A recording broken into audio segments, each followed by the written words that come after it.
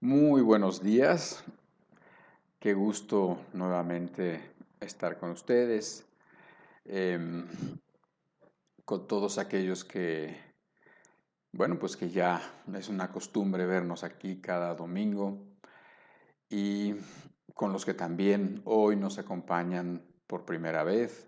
Siéntete bienvenido, sean bienvenidos todas las personas em, que llegaron entre lo que fueron los cantos y lo que va a ser la palabra ahora, que vamos a platicar, que vamos a predicar. Y bueno, pues muy contento también porque hoy vamos a comenzar un ciclo nuevo de enseñanzas que te aseguro que van a ser no solamente muy importantes, sino que además van a ser de mucha utilidad si tú estás buscando de Dios, si tú estás preocupado por tu familia, si tú estás preocupado por las cosas que están pasando en este mundo y en la sociedad, te aseguro que van a ser de mucha bendición para tu vida, ¿ok? Hoy precisamente el tema que vamos a ver es la introducción, vendría a ser una introducción, y lo he titulado Si fueren destruidos los fundamentos, ¿qué ha de hacer el justo? Este es un versículo de la Biblia, es un verso que encontramos en uno de los salmos, son palabras del rey David que ahora vamos a leer y que te voy a explicar para que puedas entender por qué está escrito ese versículo y qué puede significar para nosotros. Entonces, si quieres, leemos el salmo en cuestión, que es el Salmo 11, y lo vamos a leer todo porque es un salmo muy cortito y es un salmo que dice varias cosas y que necesitamos entender esas cosas que dice para poder comprender bien de qué está hablando el Señor por medio de David cuando dice, si fueren destruidos los fundamentos, ¿qué ha de hacer el justo? Vamos a leerlo. Dice el Salmo 11, al músico principal, y te dice, Salmo de David, no deja duda, o sea, no lo escribió Asaf, ni los hijos de Coré, ni nadie, sino David, es un Salmo de David y eso nos ayuda para entender su significado mejor. Dice, en Jehová he confiado. ¿Cómo decís a mi alma que escape al monte cual ave? Porque he aquí, los malos tienden el arco, disponen sus saetas sobre la cuerda para asaetear en oculto a los rectos de corazón. Si fueren destruidos los fundamentos, ¿qué ha de hacer el justo? Jehová está en su santo templo. Jehová tiene en el cielo su trono. Sus ojos ven, sus párpados examinan a los hijos de los hombres. Jehová prueba al justo, pero al malo y al que ama la violencia, su alma los aborrece. Sobre los malos hará llover calamidades, fuego, azufre y viento abrasador será la porción del cáliz de ellos. Porque Jehová es justo y ama la justicia, el hombre recto mirará su rostro. Es un salmo corto, ahora si quieres lo volvemos a leer, pero primero le pedimos a Dios que nos ayude a entender y que nos ayude, que me ayude a mí a platicar y a darme a entender. No es cosa sencilla decir que vamos a abrir las escrituras para hablar la palabra de Dios y creer que lo que vamos a hablar es algo tan importante como la palabra de Dios. Por lo tanto, necesitamos, eso está fuera del alcance de cualquier hombre y es algo que concierne al Espíritu Santo. Por lo tanto, pidamos juntos, si tú quieres que Dios te hable, que sea el Espíritu Santo el que te hable. Amén. Padre, te rogamos tu asistencia y tu presencia en medio de nosotros para abrir las escrituras, para hablar las escrituras y para que podamos entender los principios que tú quieres depositar en nuestro corazón. Señor, que en tus escrituras sea evidente el Señor Jesucristo y que el Espíritu a quien invocamos pueda revelarlo y pueda revelar sus verdades en cada una en cada uno y en cada una de los presentes, Señor. Que todos los que estamos aquí podamos ser enriquecidos por tu palabra. Y te lo pedimos en el nombre del Señor Jesucristo. Amén. Así sea. Vamos a volverlo a leer. Dice el Salmo 11 al músico principal, Salmo de David. Dice, en Jehová he confiado. O sea, David ha confiado y confía en el Señor.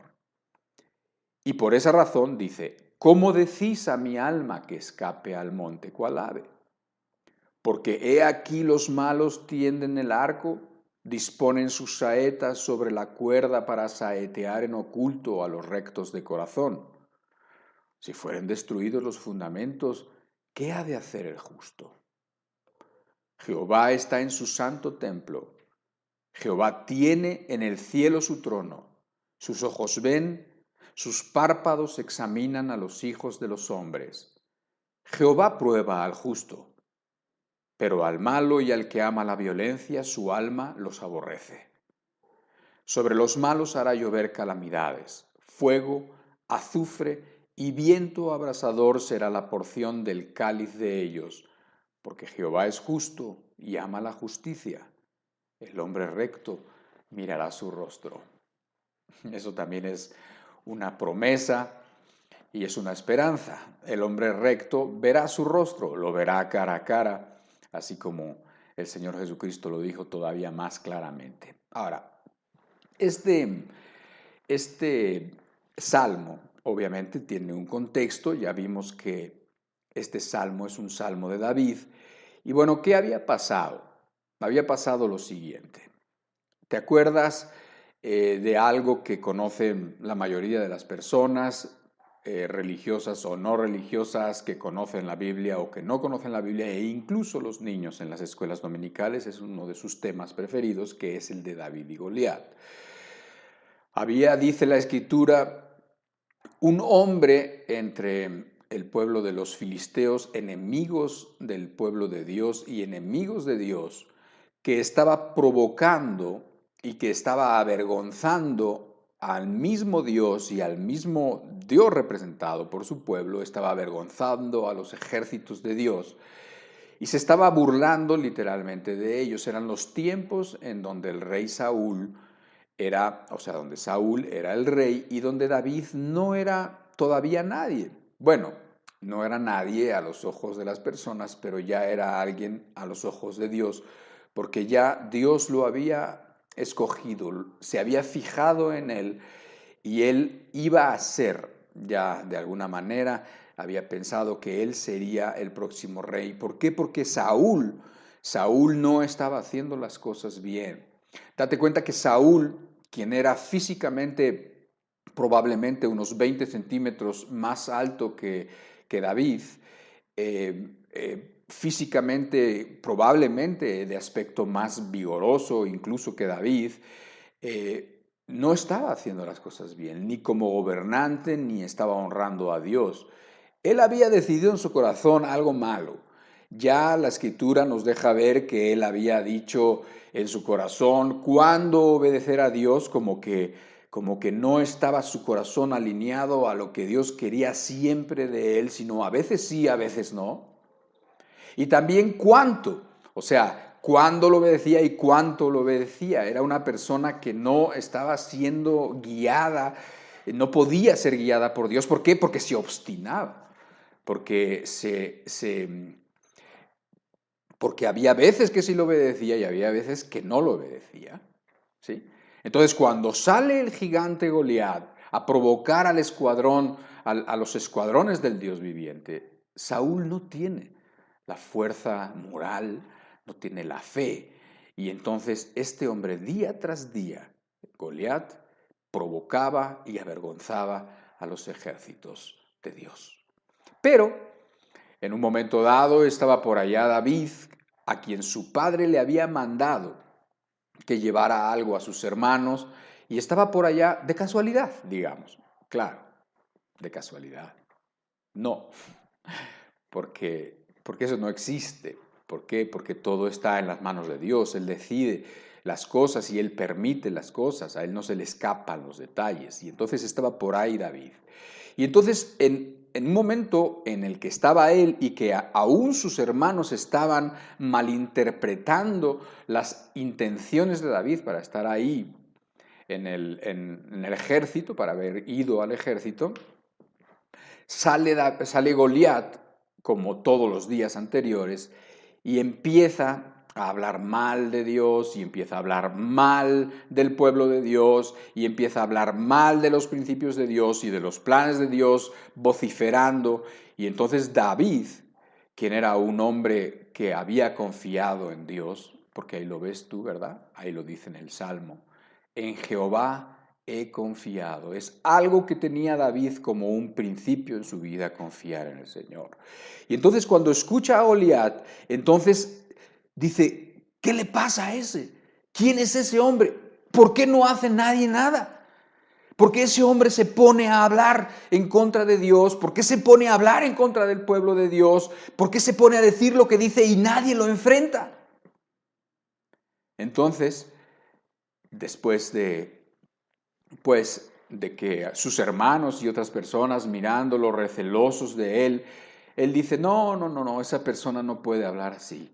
Y él, quien estaba confiando en Dios, quien tenía a Dios como prioridad, quien había decidido que Dios era lo más importante en su vida y que por lo tanto eso iba a ser notorio, él dice a Saúl, yo voy a enfrentar a ese gigante, yo lo voy a enfrentar. Saúl obviamente cuando lo ve jovencito y lo ve inexperto, pero lo ve inexperto en el sentido de lo que los hombres le podían enseñar. ¿Por qué? Porque él en la soledad, porque él en la experiencia ya había conocido a Dios y cómo Dios ayuda a los que confían en él. ¿Ok? Así Saúl le quiso poner su armadura para que enfrentara al gigante y David no pudo andar con su armadura, con la armadura de Saúl. ¿Por qué? Porque ya tenía su armadura, ya tenía esa armadura espiritual de la cual nos habla Efesios. O sea, él ya estaba revestido de ese poder, ya estaba revestido de esa confianza del Todopoderoso, ¿sí? Esa confianza en el Dios, en el único Dios, que todo lo puede, que aún lo imposible lo puede, y entonces él dice, yo lo voy a enfrentar. Y entonces cuando Goliat lo ve, entonces lo menosprecia, obviamente, y empieza a decir cosas contra él. Bueno, así como Goliat vociferó, así David confió en Dios. Y dijo palabras también durísimas, y dijo, sí, tú dices eso porque vienes a mí con jabalina y con lanza y con armadura y con coraza y vienes a mí con espada, pero yo vengo a ti en el nombre del Señor, en el nombre de Cristo, ¿sí? Y entonces dice, y yo hoy te voy a cortar la cabeza y voy a poner tu cuerpo para que sea alimento de las aves. Palabras durísimas, tanto de uno como del otro, pero Dios respaldó a David, ¿sí? Ya sabemos la historia, es una historia conocida, pero es una historia llena de enseñanza porque es una historia que nos deja ver que por más grande que sean los enemigos, si nosotros confiáramos, entonces no tenemos por qué huir, no tenemos por qué acobardarnos, no tenemos por qué callar cuando tenemos que hablar, no tenemos por qué no defender los principios y al mismo Dios de las Escrituras. ¿Sí? Ahora, si tú revisas el Salmo, ya estás entendiendo, porque está diciendo ahí, ¿cómo decís a mi alma que escape al monte cual ave? Porque los malos tienden el arco, porque disponen las saetas por sobre la cuerda para saetear en oculto a los rectos de corazón. O sea, por el hecho de que los malos persiguen a los buenos, por el hecho de que los injustos persiguen a los justos, por el hecho de que los incrédulos hacen que los creyentes se avergüencen o quieran avergonzar a los creyentes. Dice, por eso voy a huir, al monte, voy a escaparme, voy a huir acobardado. ¿Ok? Entonces ya estás entendiendo un poquito el contexto, pero todavía no es ese exactamente el contexto. Estoy hablándolo para que tú veas qué sucedió. Y bueno, tú sabes que, que David, que en ese tiempo no era rey todavía, bueno, pues efectivamente terminó con Goliat. Y bueno, fue un acontecimiento que no pasó desapercibido de nadie, que el mismo rey, pues obviamente el rey Saúl se puso contento inicialmente, que todo el pueblo recobró la fortaleza, la confianza, el ánimo. ¿Por qué? Porque aquel enemigo había sido derrotado, aquel enemigo aparentemente imposible de vencer, aquel enemigo que era formidable, digamos, que era como, bueno, no había quien pudiera ponerse delante de él, había sido derrotado. Entonces eso trajo, infundió aliento en el ejército y en el pueblo y no pasó desapercibido de nadie. Pero después de unos días, como esto pasó de boca en boca, como esto se conoció, se hicieron canciones por ahí. Y cantaban las muchachas, dice, que Saúl mató a sus miles y que David mató a sus 10,000, queriendo decir con esto, cantando en los corros y en las, no sé, o sea, como pues cantan los jóvenes y cantan las jóvenes, ¿no? Y estaban diciendo, Saúl es excelente, es formidable también, pero David es mucho más todavía. Saúl puede con 1,000, pero David con 10,000. Y estas cosas no le gustaron al rey Saúl. No le gustaron porque su corazón no era bueno, porque su corazón, ya te dije, que no se sometía a Dios en todo, se sometía aparentemente en algunas cosas y en otras no. Y no solamente en eso, sino cuando él quería. O sea, su corazón no era recto delante de Dios. Por eso la envidia se metió, por eso estos cantos y estas alabanzas que se hacían en torno a David no le gustaron nada porque se llenó de celos, de envidia, porque vino a él la idea de que David le quería quitar el trono cuando eso no era cierto y empezó a quererlo matar. Y lo intentó no una vez ni dos, sino muchas veces intentó matarlo. De modo que David tuvo que irse. Pero ojo, esto no contradice al Salmo como contexto de lo que estamos leyendo, porque de hecho es el contexto, la persecución de David por medio de Saúl. Saúl está persiguiéndolo, lo quiere matar, porque tiene celos, porque tiene envidia, porque vino un mal espíritu, dice la Escritura, sobre él, y entonces lo quiere matar. Y David no tiene más remedio que apartarse de ahí. Pero como te digo, él no huye por cobarde. Él no huye porque entonces esa confianza que había demostrado en Goliat se le esfumó. No, no huye por eso. Huye porque si no, el Señor, o sea, porque si no, eventualmente Saúl lo va a matar y Dios tenía un propósito y un plan. Y entonces se va. ¿Por qué? Porque Saúl ya había sido de alguna manera desechado. No era el rey que Dios había pensado para ese pueblo, sino David ya era el que había sido ungido, de modo que los planes de Dios, David iba a ser el rey. Y por lo tanto, lo aparta. Dice la Escritura que se fue a una cueva en un lugar que se llama Adulam, la cueva de Adulam. Muy interesante también porque, bueno, es una cueva que queda, ponle, como a 25, 30 kilómetros de Jerusalén. Y entonces, ahí en esa zona montañosa se fue a una cueva. Y dice la Escritura que con él se fueron muchas otras personas. Él no se fue solo, se fueron muchas personas. Dice que se fueron los afligidos que puedes entender que estando en una situación de injusticia ya estaban cansados, los endeudados, no sabemos si justamente, injustamente, no sabemos si Saúl a lo mejor había metido unos impuestos o había ahorcado, digamos, ahogado a la gente económicamente o a algunos, pero dice que los afligidos, los endeudados y dice que los amargados de espíritu también se fueron con David a esa cueva. Esa cueva que significa algo así como apartarse, ¿no? Es lo que significa en la palabra hebrea.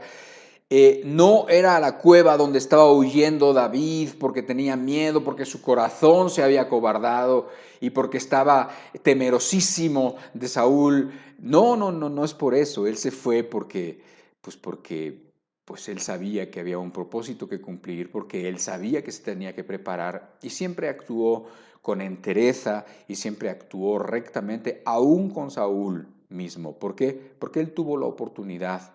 En 2 ocasiones Dios se lo puso en bandeja, tuvo la oportunidad de matar a Saúl y no lo mató, porque no quería matarlo, porque para él no era su enemigo, sino más bien sabía que Saúl tenía un problema con Dios, no con él exactamente, sino su problema real era con Dios. Y David lo tuvo ahí enfrente, sin que Saúl supiera, porque una vez se fue y se metió a una cueva donde estaba David y se fue para hacer sus necesidades. Y sin darse cuenta de que David estaba ahí. Y en el momento más, donde estás más descuidado, más indefenso, lo podía haber matado, sin que representara ni siquiera un peligro para David. Pero no lo hizo, porque no era lo que él buscaba, porque él no quería las cosas ilegítimas, sino quería lo que Dios le daba de forma legítima. ¿Sí? Entonces, David no estaba amedrentado, ni estaba acobardado.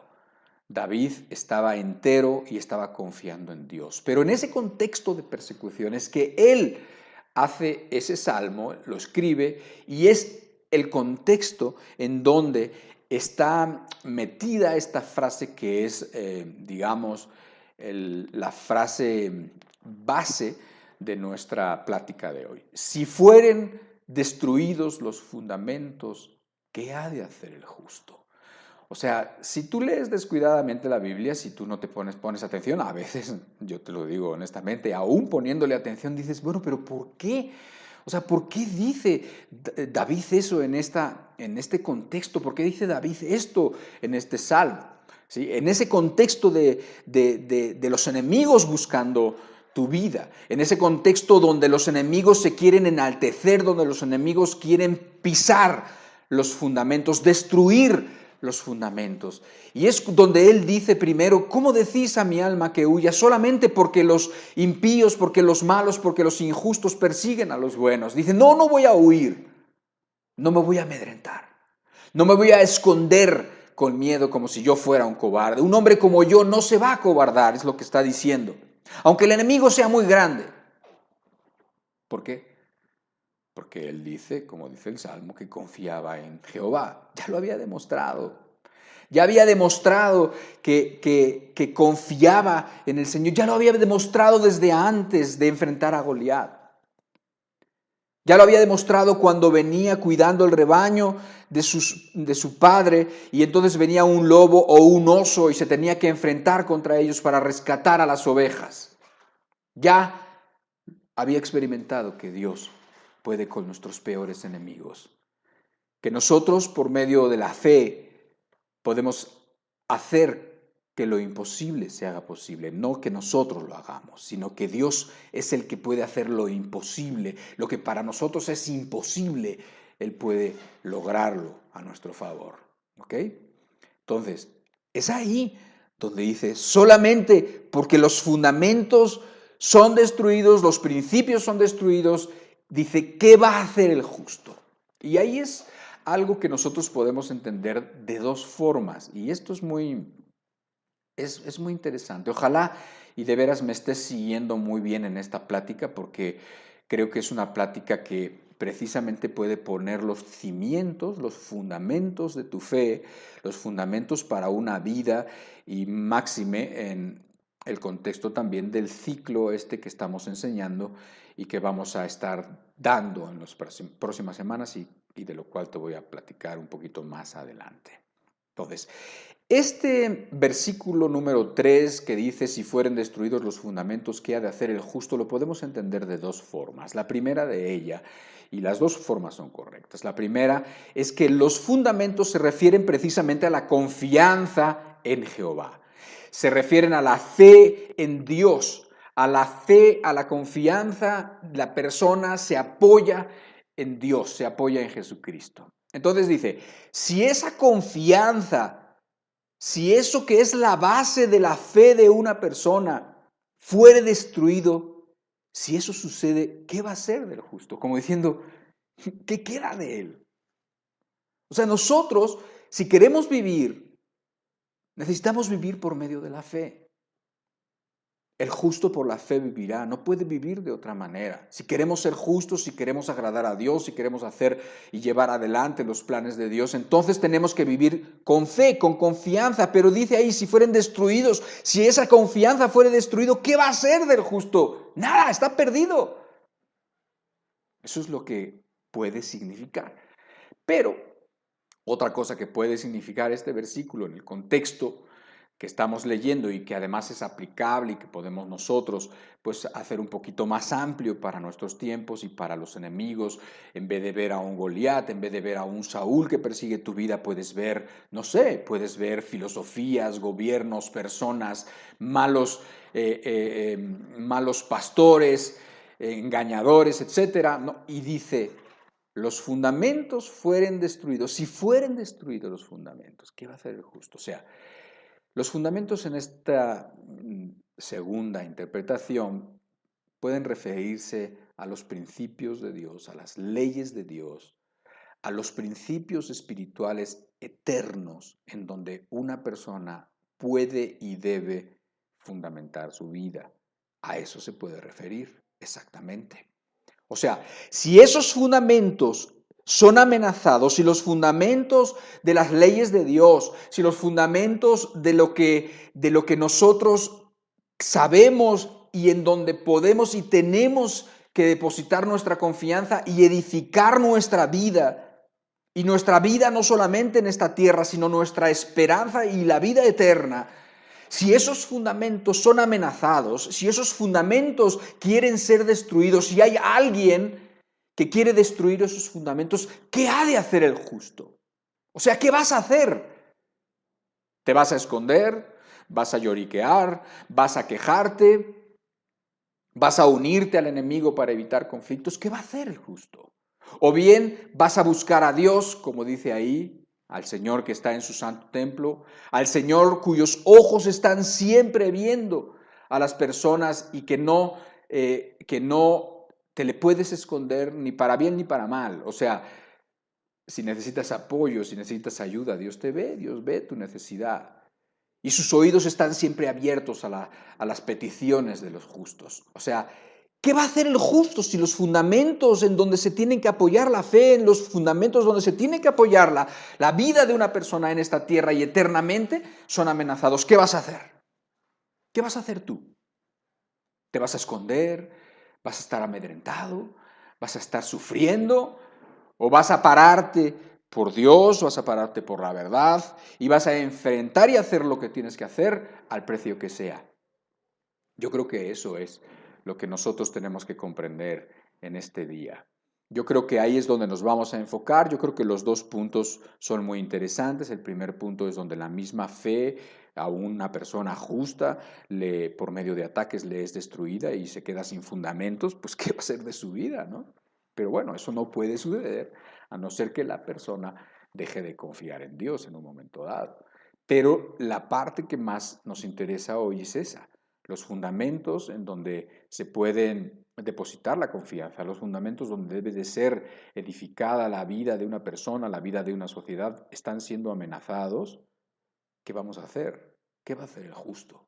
Esa es un poco la orientación que le quiero dar a esta plática, precisamente por los temas que vamos a estar hablando en las semanas que siguen aquí con Gustavo y también un servidor, que tienen que ver con los fundamentos que están siendo destruidos en las vidas, en las familias, en la sociedad. Por lo tanto, podremos estar viendo temas como la familia, como el amor, como la sumisión, como la obediencia, y temas que son principios y fundamentos precisamente para las vidas, ¿ok?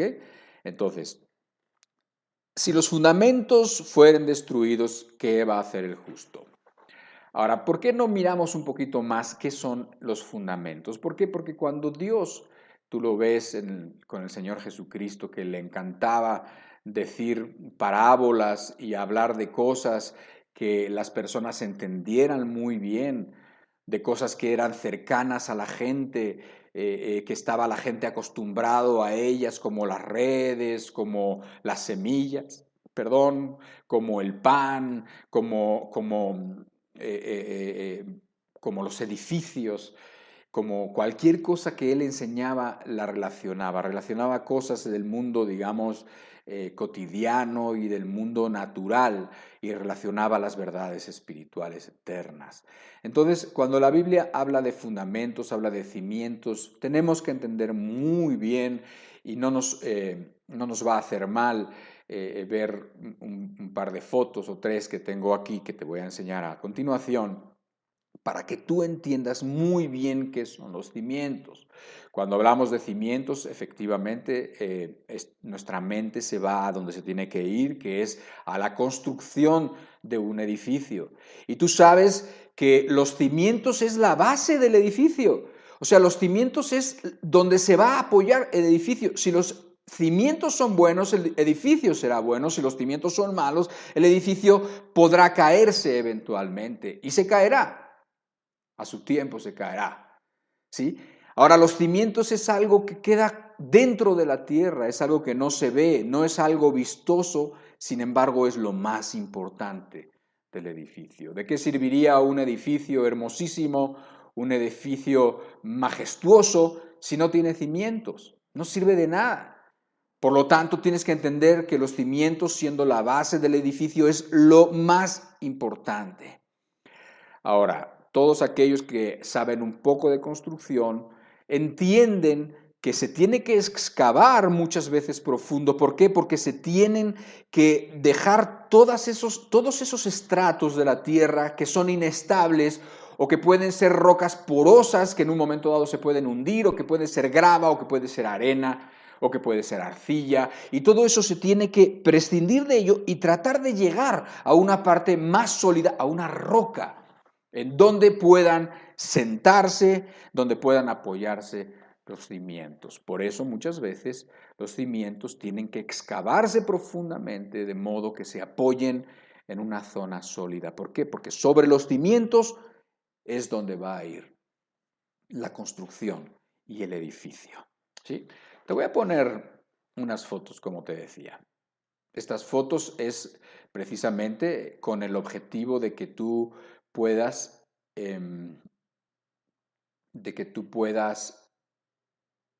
pues, como que al ver la imagen, esta primera imagen, por ejemplo, puedas entender lo que son los cimientos y además te quede grabado y que no se te olvide esta plática por medio de estas ayudas visuales que estamos poniendo.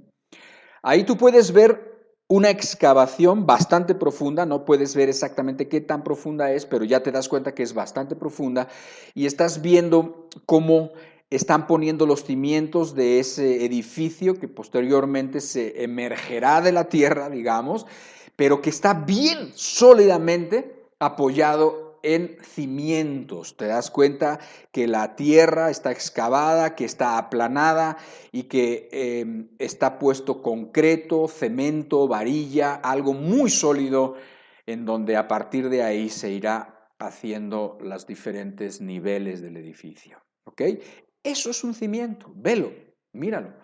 O sea, ahí te puedes dar cuenta cómo no se pusieron a hacer el edificio inmediatamente sobre la superficie, no, sino que excavaron, encontraron un lugar adecuado, dijeron esto es suficiente y ahí abajo pusieron una base muy sólida. Ahora ve la próxima diapositiva. También vas a ver unos cimientos excavados. Ahora sí, si puedes verlo así así puedes acercarte a ver esto, puedes darte cuenta que los cimientos que están haciendo ahí son inmensos, o sea, son profundísimos.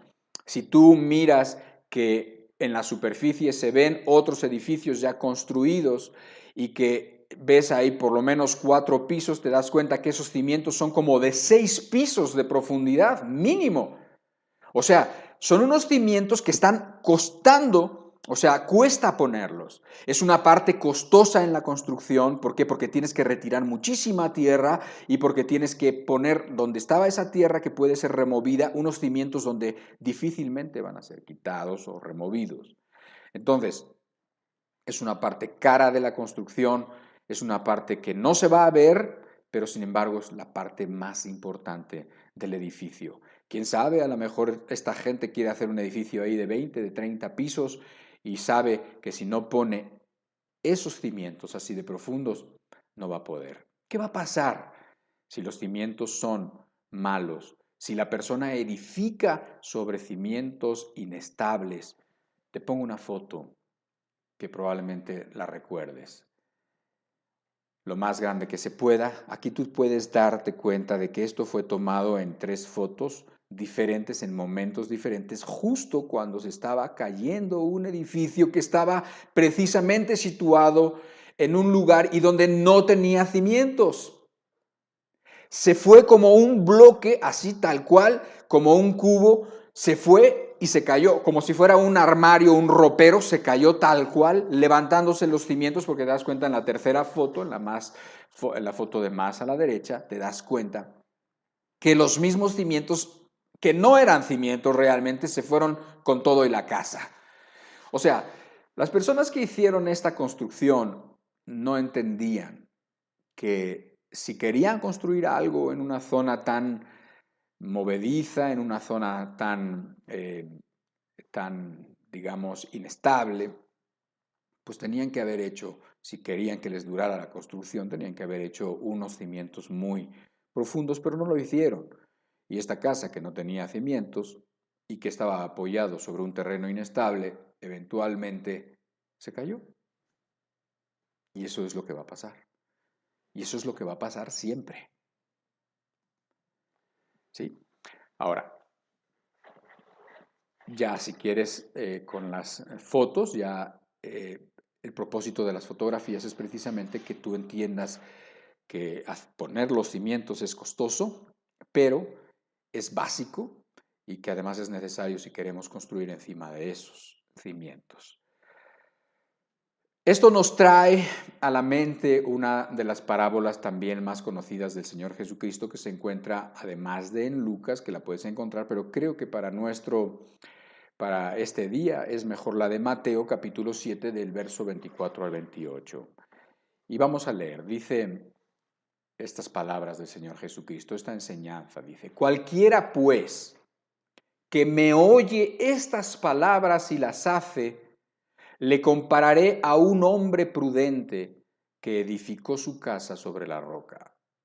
Descendió lluvia y vinieron ríos y soplaron vientos y golpearon contra aquella casa y no cayó porque estaba fundada sobre la roca.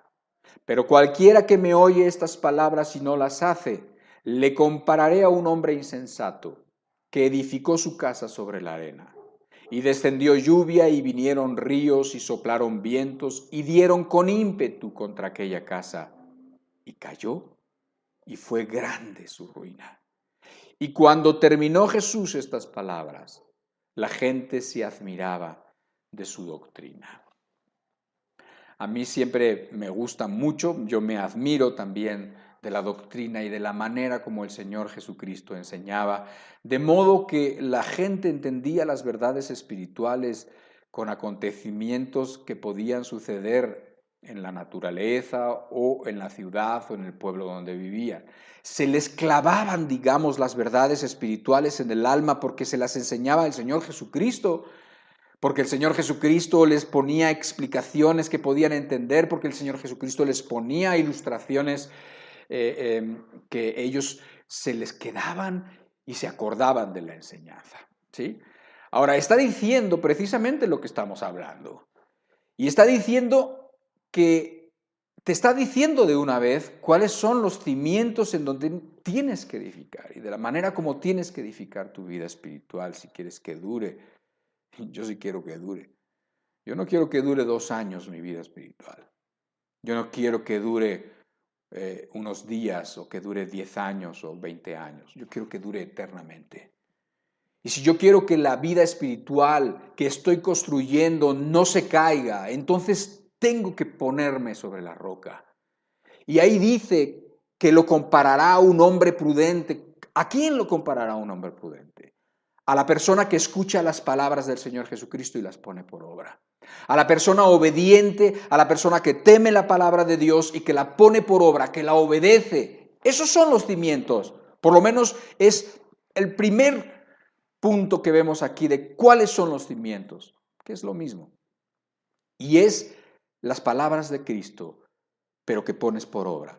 Son las palabras de Dios que el hombre obedece sobre esas palabras, sobre esos principios, sobre esas enseñanzas que tú crees y que tú obedeces, tú edificas sobre ellas y tu vida va a ser estable. Te está comparando a un hombre prudente.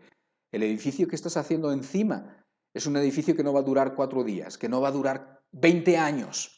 Como el cristianismo de algunas personas que se acaban a los 5 años. Parece que tienen fecha de caducidad. Pues no, el cristianismo no tiene fecha de caducidad. La iglesia no tiene fecha de caducidad, es eterna, la iglesia verdadera. Y la fe del cristiano no tiene fecha de caducidad, porque el Señor ha prometido estar con nosotros todos los días hasta el fin del mundo y eternamente hacerse uno con nosotros. La promesa es inmensa y es eterna.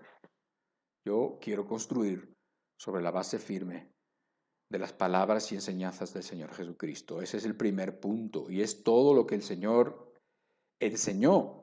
Desde lo más importante cuando Él dijo, yo soy el camino y la verdad y la vida y nadie viene al Padre si no es a través de mí.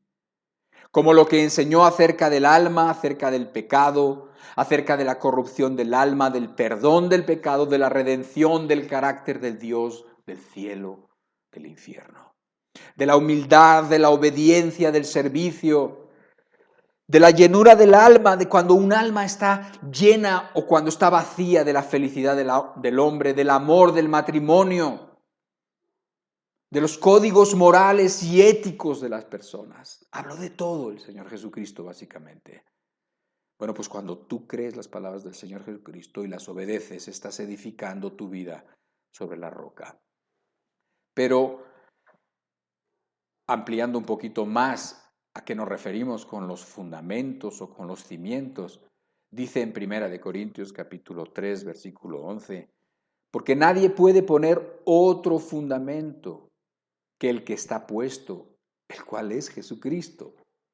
O sea, tanto son las palabras de Jesucristo como el mismo Jesucristo el fundamento de nuestra fe y de nuestra vida y sobre lo cual debemos nosotros edificar. ¿Por qué? Porque es lo mismo. O sea, nosotros no podemos de alguna manera separar a Jesucristo de sus palabras, desde el punto de que el mismo Jesucristo es el verbo, es la misma palabra, es lo mismo. Solamente entendiéndolo quizás de 2 maneras que están relacionadas, pero son distintas y que nos complementan la idea. Entonces, Él mismo es, y se le llamó a Él, a Jesucristo, la piedra angular, y se le llamó la piedra sobre el cual se iba a edificar todo, ¿sí? Todo lo que sea espiritual, todo lo que sea verdadero tiene que estar edificado encima de Jesucristo y encima de sus palabras, ¿sí? Entonces, ¿por qué estoy diciendo yo todo esto? Bueno, ya te lo expliqué por medio del Salmo. Y es precisamente que los fundamentos están siendo amenazados y quieren ser destruidos. Los fundamentos que son, puedes volverlo, si tú quieres, te lo repito, las palabras del Señor Jesucristo, las cosas que Él nos enseñó acerca de todo, acerca del alma, acerca de la familia, acerca del adulterio, acerca de la moral, acerca de la ética, acerca del amor al prójimo, acerca de la humildad, acerca de la fe, acerca de la paz. Todo lo que el Señor Jesucristo y Él como persona diciendo, yo soy el camino, y yo soy la verdad, y yo soy la vida, y yo soy el pan de vida, y yo soy el agua de vida, y yo soy la vid en la que tienes que estar injertado, y yo soy la resurrección y yo soy la vida. ¿Entiendes? Todo eso está siendo amenazado. Y la pregunta es la misma que el rey David decía: ¿qué va a hacer el justo? En estos tiempos donde la sociedad se burla de Dios, se burla de sus principios, donde la sociedad, donde las personas vociferan como si fueran Goliat y se ponen como enemigos, ¿qué vas a hacer? ¿Vas a acatar lo que te digan los enemigos? ¿Vas a acatar lo que te quieran enseñar, las nuevas ideologías, lo que es políticamente correcta? ¿Vas a huir, vas a esconderte, vas a amedrentarte, vas a llorar? ¿O te vas a parar? Y te vas a llenar de las palabras y te vas a llenar de las enseñanzas de Cristo y te vas a poner a hacerlas y te vas a poner a enorgullecer, con honra pues a llevar ese llamamiento, con honra a llevar eso que nos llamamos cristianos y que nos llamamos de la palabra de Dios, del libro de Dios, de la Biblia y de sus enseñanzas, las cuales son eternas, porque su palabra, dice la Biblia, que el cielo y la tierra pasará, pero sus palabras no pasarán. Y sus principios no se van a modificar así. El mundo cambie de modas y cambie de modas todo el rato y piense una cosa hoy y otra cosa mañana. Pero yo no me avergonzaré de sus palabras. Dice la Escritura que si tú te avergüenzas de Cristo o de sus palabras, Él se avergonzará de ti. Pero si tú hoy defiendes sus palabras, las pones por obra, no solamente tendrás la dicha y la bendición de haber edificado sobre los fundamentos sólidos, y tu vida será aquí una vida digna de verse, como un edificio majestuoso, como un edificio precioso, como un edificio de una arquitectura impresionante, que la gente no puede más que verlo y no puede quitar los ojos de ese edificio porque dice, es que sus formas, es que su altura, es que está increíble. Así puede ser la vida de una persona que entonces va a llamar la atención de otras personas cuando está edificado sobre los fundamentos firmes de Cristo y de su palabra. Pero lo vas a tener que creer y lo vas a tener que defender en medio de los tiempos donde están amenazados los fundamentos, los cimientos de la fe, los cimientos de la palabra de Dios, los cimientos de los principios de la palabra de Dios, los cimientos de las palabras y enseñanzas del Señor Jesucristo. ¿Nos vamos a avergonzar de sus palabras en esta generación adúltera y pecadora? ¿O nos vamos a levantar? ¿Qué ha de hacer el justo? ¿Va a buscar a Dios? ¿Va a buscar las enseñanzas de Dios? ¿Las va a poner por práctica? Y va a enfrentar al enemigo diciendo, tú dirás eso, pero yo creo esto. Tú dirás lo que quieras, pero la palabra del Señor enseña esto. Tú te reirás hoy, porque hoy todavía te puedes reír, pero el día de mañana te darás cuenta de que eso que creas, de eso que dicen y que me quieren a mí obligar a creer y que quieren a mis hijos obligar a creer, te vas a dar cuenta demasiado tarde que eso es una mentira y que creíste la mentira porque no quisiste amar a Dios, porque lo quisiste aborrecer, porque te avergonzaste del Señor. Entonces, yo quiero estar del lado bueno cuando todo esto se acabe. Yo quiero estar firme cuando todo esto termine. Y eventualmente todo terminará. Porque tienes que estar seguro de que en alguna época del año los ríos, las tormentas, los vientos, los huracanes o los ciclones van a pegar contra tu casa. Y solamente si está fundada sobre la roca resistirá, si no, va a acabarse. Se va a caer eventualmente. No tengas duda. Ten por seguro que se va a caer si no está fundada en las palabras de Dios. Todos aquellos que hoy se ven sonrientes o que hoy se ven ricos como si estuvieran encumbrados o que esas personas que hoy se sienten muy fortalecidos porque unos a otros en el mal se van fortaleciendo y que se sienten muy, pues se sienten como para hablar mal de los demás, se sienten que no van a ser removidos jamás, se siente que lo que dicen pareciera que están hablando palabras de Dios, pero no son Dios. Simplemente son unos políticos, otros son cantantes, otros son pues personas normales y corrientes como tú y como yo, pero que están envanecidos en sus propios razonamientos y dicen cosas que se creen un montón de tonterías que muchas veces, bueno, ya está, que nos quieren obligar a creer también a los cristianos. O sea, cosas que tienen que ver, o sea, como las típicas, ¿no? Las ideologías de género, las cuestiones del aborto que también alguna semana atrás platicamos un poco, las cosas de si el infierno existe, si el infierno no existe, si el cielo existe, si Dios no es cierto, si Jesucristo no existió, qué dice la ciencia, qué dice la historia. Todo mentira, pero con muchos seguidores y con muchas personas fortaleciendo la postura. Tanto lo dicen y tanto lo repiten que ya se lo creyeron. Y tanto se lo dicen y tanto lo repiten que las personas que no estén bien fundadas se lo va a terminar creyendo o uniéndose al enemigo. Yo no quiero estar ahí. Yo prefiero pagar las consecuencias. Que Dios me ayude en su misericordia, que me ayude a ser fiel hasta el final, poniendo por obra sus palabras y poniendo para mi propia vida, para mi familia y para la sociedad que yo pueda, en la que yo pueda contribuir, los cimientos verdaderos de la palabra de Dios. Si los cimientos fueren sacudidos, amenazados y destruidos, ¿qué ha de hacer el justo? ¿Qué vas a hacer? Que el Señor tenga misericordia de nosotros para que seamos fieles hasta aquel día. ¿Ok? Pues Señor, te pedimos que tú imprimas estas palabras en cada corazón de las personas que estamos aquí, Señor, y de los que en el futuro escuchen. Que tú pongas el temor reverente y santo en los corazones y que tú pongas también la indignación, la valentía y la fuerza para poder enfrentar a todos aquellos que hoy en día vociferan en contra de ti, en contra de tus enseñanzas y en contra de tus principios, para que puedas encontrar en nosotros, Señor, a personas que no estiman su vida como demasiado valiosa, con tal de ponernos de tu lado, Señor. Habla a cada corazón en el nombre de Jesucristo. Amén. Muchas gracias, Señor. Y muchas gracias a cada uno de ustedes por haber estado aquí. Llevémonos esto a nuestra casa y en nuestro corazón. Que Dios te bendiga. Te espero para la próxima semana y ojalá y entiendas que es lo único que tienes que hacer. Aprender, escuchar y poner en práctica las palabras de Dios. Dios te bendiga mucho. Cuídate.